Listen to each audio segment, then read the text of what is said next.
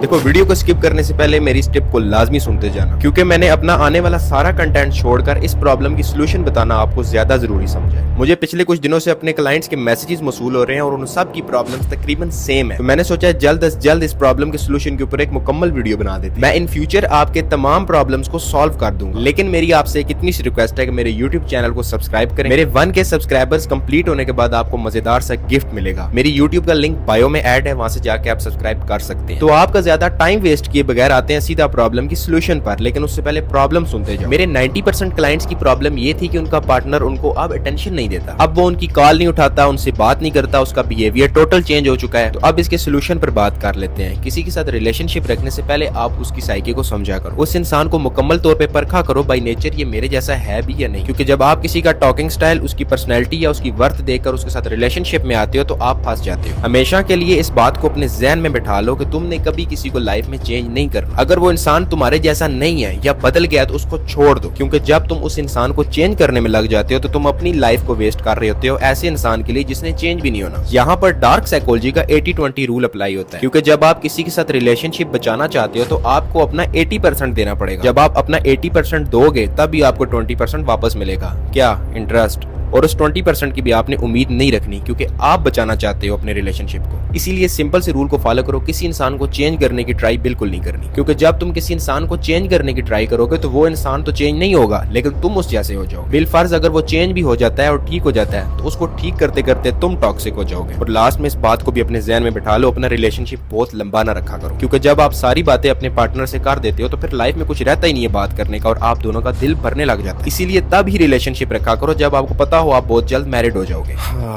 Hope so आपको मेरी बात समझ आ गई होगी, और अगर अभी भी समझ नहीं आई तो वीडियो को दोबारा देखो।